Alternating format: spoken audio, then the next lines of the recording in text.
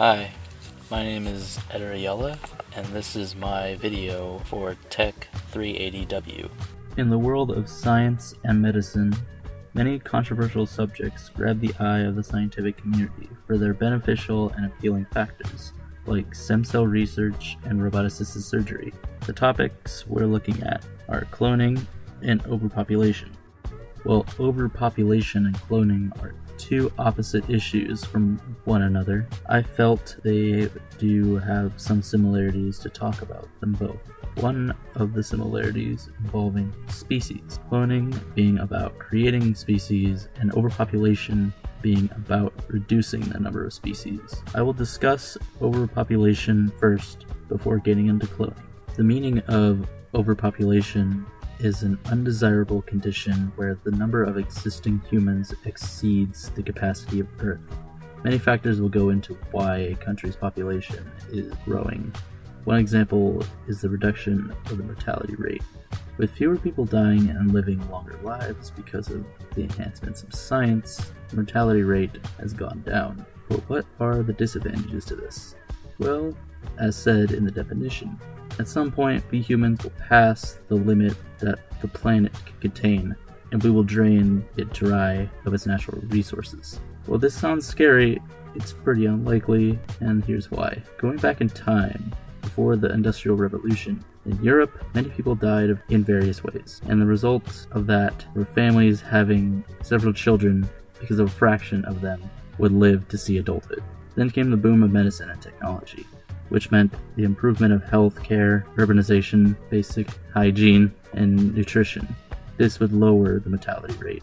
After this, families had fewer kids, averaging at 2.5 children per woman. However, because many children were living to adulthood that had children of their own and so on, this method spread around the world, and more countries have their populations rising because of this. The world's population was close to 1 billion in 1960. It reached 6 billion by the year 2000, and now is approximately at 7.6 billion. The estimate prediction that the world's population will grow to 9.8 billion in 2050 and 11.2 billion by 2100. However, these estimates are theories because the notion that people are living too long and continuously repopulate. Like I said before, people are having fewer kids than their parents for the reason that children can live longer. In some countries, the populations are decreasing from lack of births. In Japan, many youths are disinterested in having kids, let alone getting married.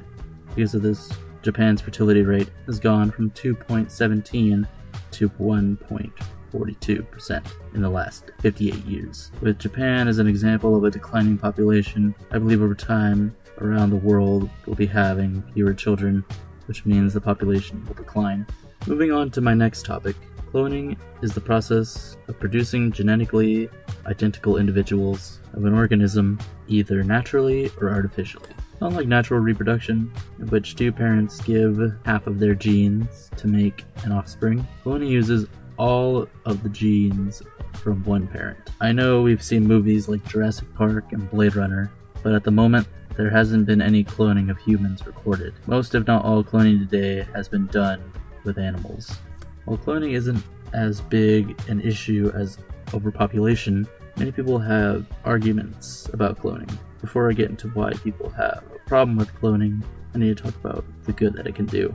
Cloning organs to replace dysfunctional organs can be a great alternative to donors. Cloning organisms would be beneficial to those who have a heart condition and can't find donors. For those who are infertile, they would be able to reproduce. It is possible to provide clones with certain desired traits in humans, like being a master artist or a professional athlete at birth. What people have a problem with cloning is that it is morally wrong. Cloning has a low success rate with animals, and the process itself is expensive. Because of this, people are finding cloning to be unnatural and cruel. Many argue that scientists who are working on cloning are playing God. There's also the implication that the clone doesn't know that it's a copy. The cloning done on animals involves cloning from an already past pet. While many people argue their own existence, why bring something to life if it's never asked for it, especially creating a copy of something that has previously lived a life. If cloning continued to advance to humans,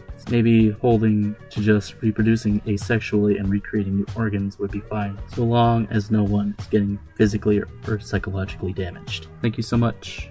Have a good day.